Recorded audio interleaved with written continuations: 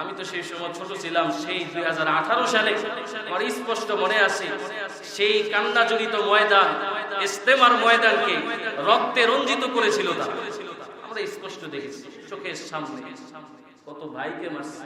হাফেজে কোরআনের উপরে আঘাত, দাড়ি বলা মানুষ তাদের উপরে আঘাত করতেছে, আলেমে দ্বীন তার উপরে আঘাত করতে যার হাত কাঁপে না, খোদার কসম এটা সন্ত্রাসী। কথা বলেন ঠিক না বেঠিক?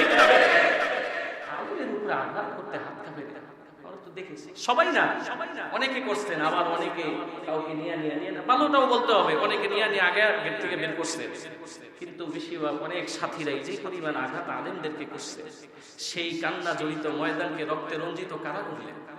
এজন্য যুবক ভাই, আলেমদেরকে মাইনাস করে কথাটা বললে আপনাদের কষ্ট হয়ে যাবে।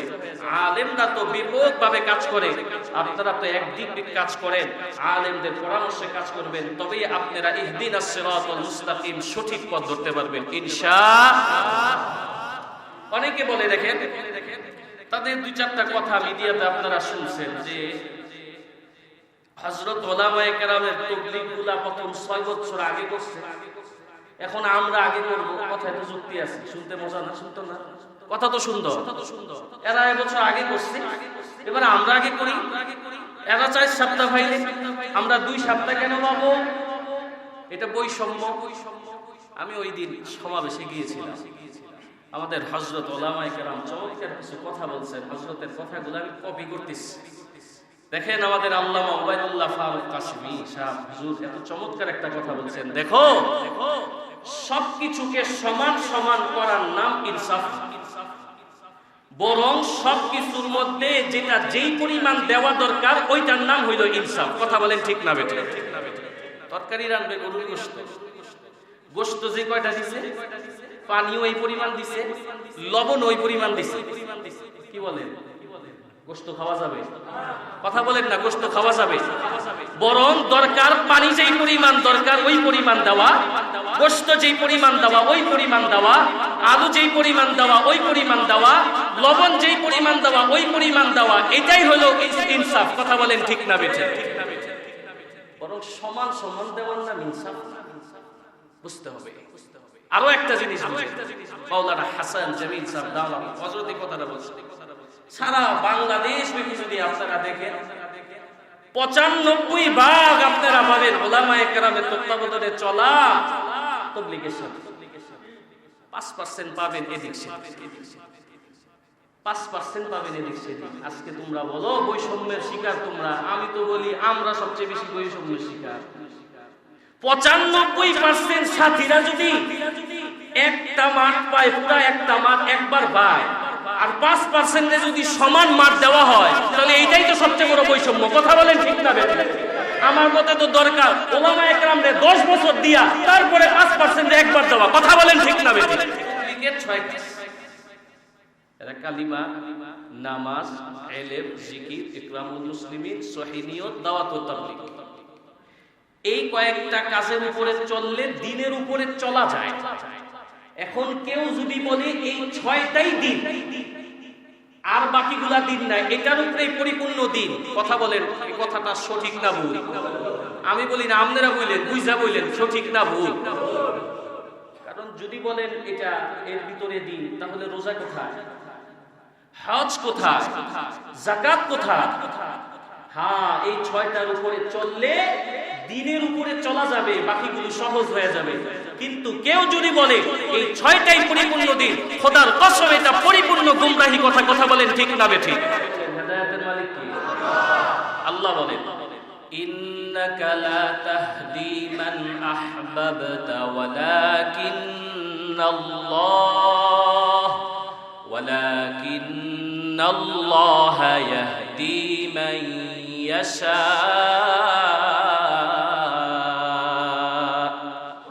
আল্লাহ বলেন নিশ্চয় হেদায়েতের মালিক আল্লাহ। হেদায়েতের মালিক কি?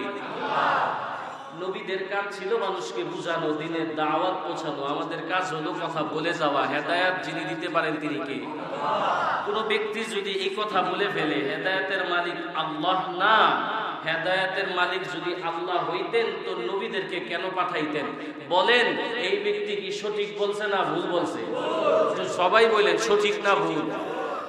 হযরত উলামায়ে কেরামের কাজ আম, এরা কোরআনের খেদমত করবে, মসজিদের মাইকে আম মানুষের সাথে কথা বলবে, ওয়াজের ময়দানে খেদমত করবে, লেখার মাধ্যমে খেদমত করবে, কোরআন হাদিস পড়ানোর মাধ্যমে খেদমত করবে, আম খেদমত।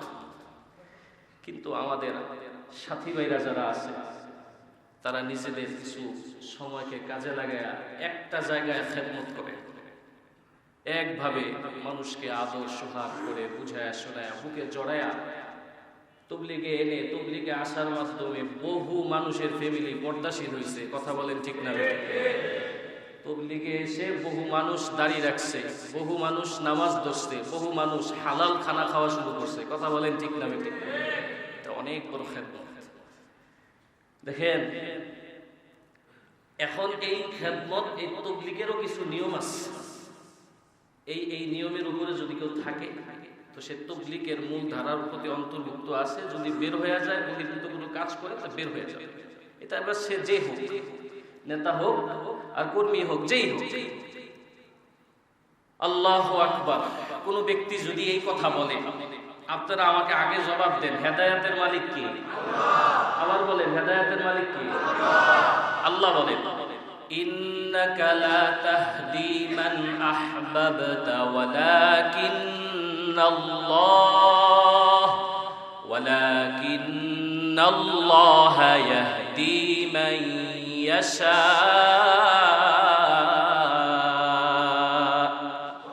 আল্লাহ বলেন, নিশ্চয় হেদায়েতের মালিক আল্লাহ। হেদায়েতের মালিক কে? নবীদের কাজ ছিল মানুষকে বুঝানো, দিনের দাওয়াত পৌঁছানো। আমাদের কাজ হলো কথা বলে যাওয়া। হেদায়েত যিনি দিতে পারেন তিনি কে? কোন ব্যক্তি যদি এই কথা বলে ফেলে হেদায়েতের মালিক আল্লাহ না, হেদায়েতের মালিক যদি আল্লাহ হইতেন তো নবীদেরকে কেন পাঠাইতেন? বলেন, এই ব্যক্তি কি সঠিক বলছে না ভুল বলছে? সবাই বলেন, সঠিক না ভুল? আহলে সুন্নাত ওয়াল জামাআতের আকীদা, সমস্ত নবীরা মাসুম। নবীরা কি? মাসুম। কোনো ভুল ত্রুটি হয়ে থাকলেও আল্লাহ তাদেরকে মাফ করে দিয়েছে। নবীদের কোনো গুনাহ নাই। কেউ যদি এই কথা বলে, নবীদের ত্রুটি ধরে, নবীদের ভুল ধরে, হযরতে পয়গম্বর মূসা আলাইহিস সালাম কিতাব আনতে যায় 40 দিন আল্লাহ পাকের আদেশে এক জায়গায় ছিলেন, আল্লাহ কিতাব দিয়েছেন। আচ্ছা, 40 দিন যে অবস্থান করছেন এটা কার আদেশে? বলেন না, কার আদেশে? 40 দিন পরে এসে দেখলেন তার উম্মতেরা গরু পূজা শুরু করে দিয়েছে। এখন যদি আমার মতো কোন টুপিওয়ালা পাগড়িওয়ালাও যদি বলে মূসা পয়গম্বর ওই জায়গায় যায় ভুল করছে, কথা বলেন, কথাটা সঠিক না ভুল? কথাটা সঠিক না ভুল? তবলিগের 6 কাজ: কালিমা, নামাজ, ইলম, জিকির, ইকরামুল মুসলিমিন, সহিহ নিয়ত, দাওয়াত ও তাবলীগ। এই কয়েকটা কাজের উপরে চললে দিনের উপরে চলা যায়। এখন কেউ যদি বলে এই 6টাই দিন আর বাকিগুলা দিন নাই, এটার উপরে পরিপূর্ণ দিন, কথা বলেন, এই কথাটা সঠিক না ভুল? আমি বলি না, আপনারা বললেন, বুঝা বললেন, সঠিক না ভুল? কারণ যদি বলেন এটা এর ভিতরে দিন, তাহলে রোজা কোথায়? হজ কোথায়? যাকাত কোথায়? হ্যাঁ, এই 6টার উপরে চললে দিনের উপরে চলা যাবে, বাকিগুলো সহজ হয়ে যাবে। কিন্তু কেউ যদি বলে এই 6টাই পরিপূর্ণ দিন, খোদার কসম এটা পরিপূর্ণ গুমরাহি কথা। কথা বলেন, ঠিক না বেঠিক? নবীদেরকে মানতে হবে, আল্লাহকে মানতে হবে। এই ব্যতীত কাউকে মানাটাকে কেউ যদি ফরজ মনে করে যে আমার ইতাআত করো, আমার ইতাআতের বাহিরে যদি না মানো তো জাহান্নামে যাইবে, কথাটা সঠিক না ভুল? এখন বলেন, এই কথাগুলা যদি আমার মতো পাগড়িওয়ালা, জুব্বাওয়ালা, পাঞ্জাবিওয়ালাও কেউ বলে, হক্কানি উলামায়ে কেরামের এই কথাগুলার বিরোধ করা, ভুল ধরা দরকার আছে না নাই? উম্মতের কাছে সঠিক কথাগুলা পৌঁছায় দেওয়ার দরকার আছে না নাই? আমাদের ভিতরে আমির সাহেব যিনি হন, ভুল করছেন, বলবেন হুজুর উনি তো তওবা করছেন। তওবা সেই জিনিসের নাম যে আমি তওবা করার পরে লজ্জিত হব এবং ওই গুনাহটা আজকের পর থেকে আর এই মুহূর্তের পর থেকে আর করব না। আমি তওবা করলাম, আবার পরের মজলিসে একই ভুল করলাম, আমি তওবা করলাম, পরের মজলিসে আবার একই কথা বললাম, এটার নাম তওবা না ধোঁকাবাজি। কথা বলেন ঠিক না বেঠিক? এই যে বিষয়, এগুলো হক্কানি উলামায়ে কেরামের দায়িত্ব আপনাদের কাছে। আমার কি স্বার্থ আছে বলেন? আমার কি লাভ? আপনার কাছে যদি আমি না পৌঁছাই তো হায়াত কিয়ামতের ময়দানে আপনি আমারে ধরবেন যে আমি ওনার সামনে জুমআ আযানের আগে এসে বসছি, উনি আমার কাছে সঠিক বাণী কেন পৌঁছায় নাই, আল্লাহ আগে ওনাকে দেবেন। এজন্য যুবক ভাই, এই আমাদের মূল ধারা থেকে যদি কেউ বাহিরে হয়ে যায়, এজন্য তাবলীগকে দুই ভাগ আমি বলি না। আমি বলি তাবলীগ তো হক্কানি উলামায়ে কেরামের সঙ্গতে যেটা চলতেছে নিয়ম মাফিক সেটাই তাবলীগ, বাহিরে যেটা গেছে এটা তাবলীগের বাহিরে, এটা তাবলীগ না। কথা বলেন ঠিক না বেঠিক? যাই হোক, আমি আপনাদের সামনে এরকম অনেকগুলো বিশৃঙ্খলা কথা আছে যেগুলো বলতে গেলে আমার লম্বা সময় চলে যাবে। শেষে আমি যে কথা বলবো, দেখেন আজকে আমাদেরকে মাইনাস করে, উলামায়ে কেরামকে মাইনাস করে যদি আপনারা তাবলীগ করতে যান, আজকে যদি মসজিদের মেম্বারগুলো থেকে আওয়াজ উঠে যে তাবলীগ করা যাবে না, বলেন তো এই তাবলীগ মানুষের বাড়ির সামনে যাইতে পারবে? এই উলামায়ে কেরাম উদ্বুদ্ধ করতেছেন, কারণ ভালো কাজ উদ্বুদ্ধ করতেছেন, আগায় দিতেছেন, সাথীদেরকে উদ্বুদ্ধ করতেছেন, তাবলীগ চলতেছে। আর আজকে আপনারা আমাদেরকে মাইনাস করে ফেলেন। আমি তো সেই সময় ছোট ছিলাম, সেই 2018 সালে আমার স্পষ্ট মনে আছে, সেই কান্না জড়িত ময়দান, ইজতেমার ময়দানকে রক্তে রঞ্জিত করেছিল তারা। আমরা স্পষ্ট দেখেছি চোখের সামনে কত ভাইকে মারছে, হাফেজে কোরআনের উপরে আঘাত, দাড়ি বলা মানুষ তাদের উপরে আঘাত করতেছে, আলেমে দ্বীন তার উপরে আঘাত করতেছে, হাত কাঁপে না, খোদার কসম এটা সন্ত্রাসী। কথা বলেন ঠিক না বেঠিক? আলেমের উপরে আঘাত করতে হাত কাঁপে না, আমরা তো দেখেছি। সবাই না, অনেকে করছেন, আবার অনেকে কাউকে নিয়ে না, ভালোটাও বলতে হবে, অনেকে নিয়ে আগে গেট থেকে বের করছে, কিন্তু বেশিরভাগ অনেক সাথীরাই যে পরিমাণ আঘাত আলেমদেরকে করছে, সেই কান্না জড়িত ময়দানকে রক্তে রঞ্জিত কারা করলেন? এজন্য যুবক ভাই, আলেমদেরকে মাইনাস করে কথাটা বললে আপনাদের কষ্ট হয়ে যাবে। আলেমরা তো ব্যাপকভাবে কাজ করে, আপনারা তো একদিক কাজ করেন, আলেমদের পরামর্শে কাজ করবেন, তবেই আপনারা ইহদিনাস সিরাতাল মুস্তাকিম সঠিক পথ ধরতে পারবেন ইনশাআল্লাহ। অনেকে বলে, দেখেন তাদের দুই চারটা কথা মিডিয়াতে আপনারা শুনছেন যে হযরত উলামায়ে কেরামের তাবলীগগুলা প্রথম 6 বছর আগে করছে, এখন আমরা আগে করব। কথায় তো যুক্তি আছে, শুনতে মজা না? শুনতো না? কথা তো সুন্দর। এরা এবছর আগে করছে, এবার আমরা আগে করি। এরা 4 সপ্তাহ ভাইলে আমরা 2 সপ্তাহ কেন পাবো? এটা বৈষম্য। আমি ওই দিন সমাবেশে গিয়েছিলাম, আমাদের হযরত উলামায়ে কেরাম চমৎকার কিছু কথা বলছেন, হযরতের কথাগুলো আমি কপি করতেছি।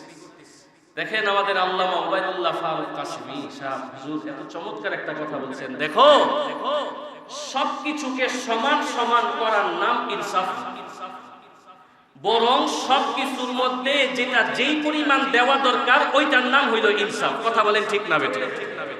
তরকারি রান্না গরুর গোশত যে কয়টা দিছে, পানিও এই পরিমাণ দিছে, লবণ ওই পরিমাণ দিছে, কি বলেন? গোশত খাওয়া যাবে? কথা বলেন না, গোশত খাওয়া যাবে? বরং দরকার পানি যেই পরিমাণ দরকার ওই পরিমাণ দেওয়া, গোশত যেই পরিমাণ দেওয়া ওই পরিমাণ দেওয়া, আলু যেই পরিমাণ দেওয়া ওই পরিমাণ দেওয়া, লবণ যেই পরিমাণ দেওয়া ওই পরিমাণ দেওয়া, এটাই হলো ইনসাফ। কথা বলেন ঠিক না বেঠিক?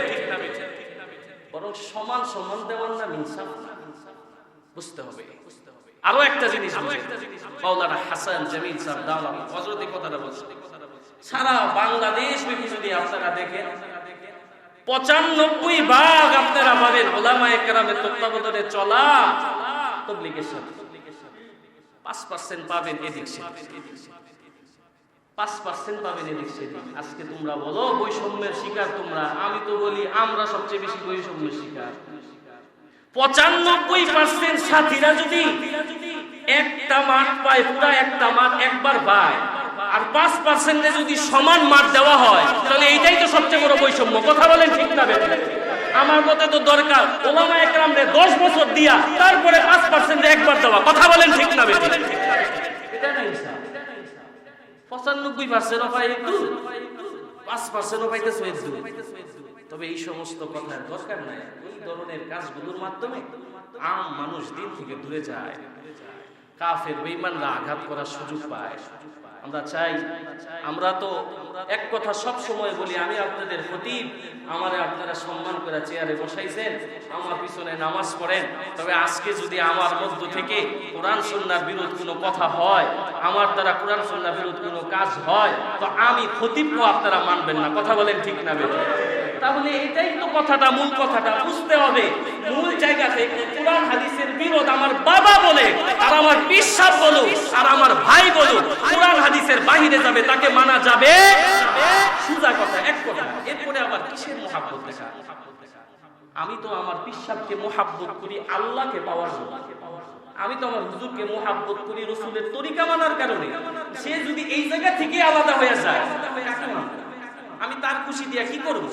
আল্লাহর কাছে কি জবাব? শেষ কথার এক কথা আমি বলে যাই ভাই, সকলকে আল্লাহ পাক রব্বুল আলামিন হেদায়েত নসিব করেন, পড়েন আমিন। সমস্ত বিশৃঙ্খলাগুলোকে আল্লাহ পাক আসান করে দেন, সকলে পড়েন আমিন।